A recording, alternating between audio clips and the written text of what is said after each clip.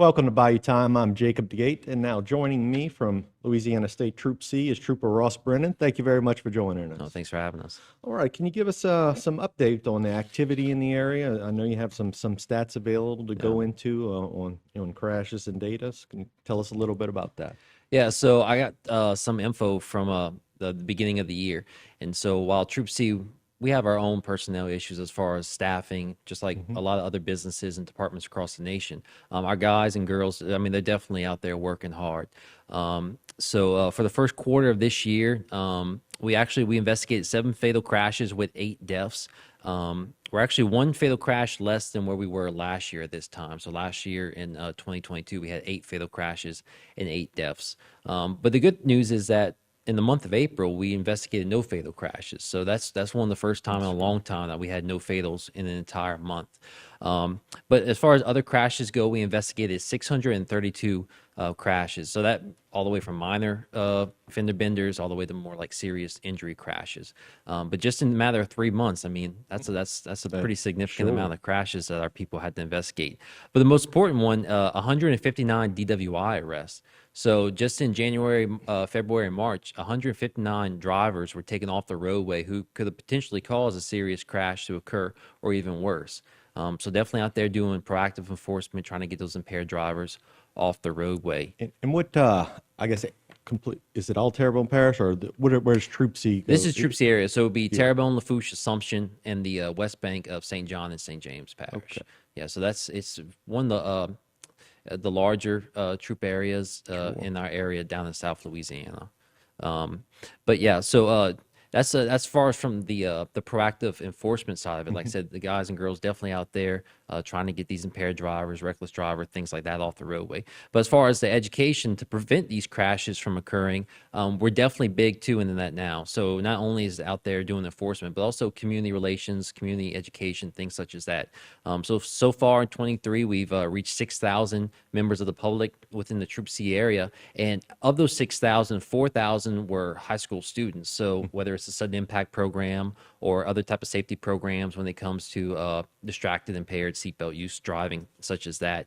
Trying to get these young drivers when they're first learning to start getting on the roadway to make those right choices on the road. So I think that's also contributing to lower fatal numbers too. Just again, as those younger drivers get on the roadway, just making those better choices.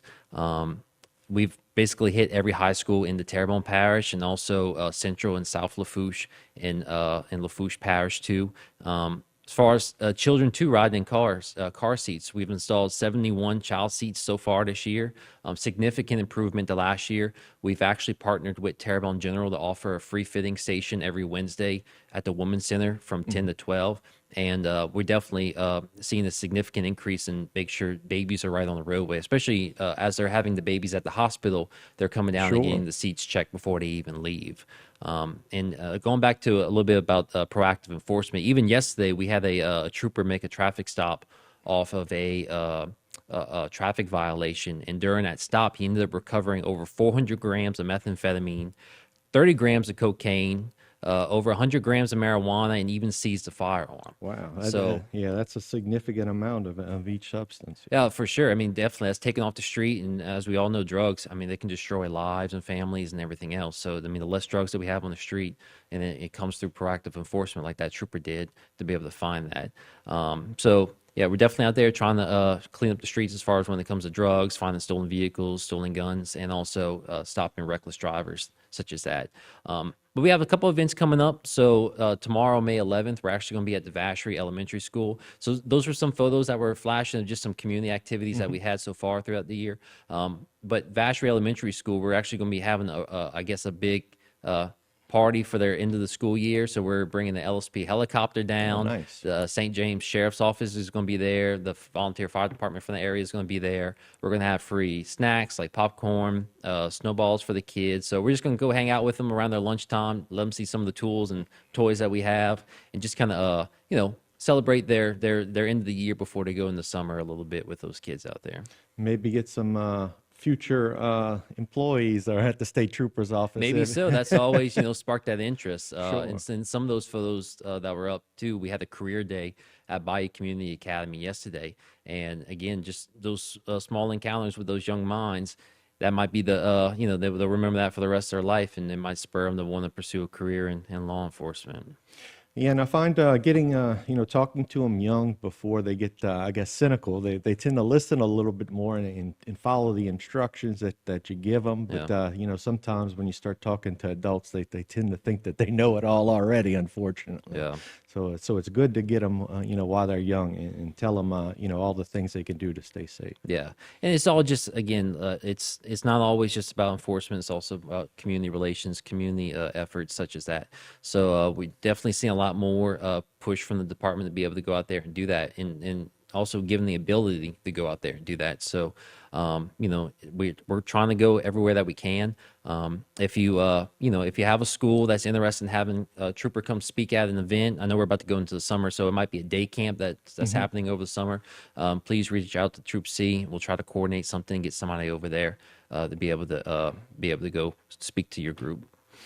And now, is it for road safety wise? Is there anything dealing with now you have teenagers out of school? Is that something that y'all see a lot or deal with? Unfortunately, yeah, you don't really have that school traffic in the morning, but you do have more young drivers on the roadway.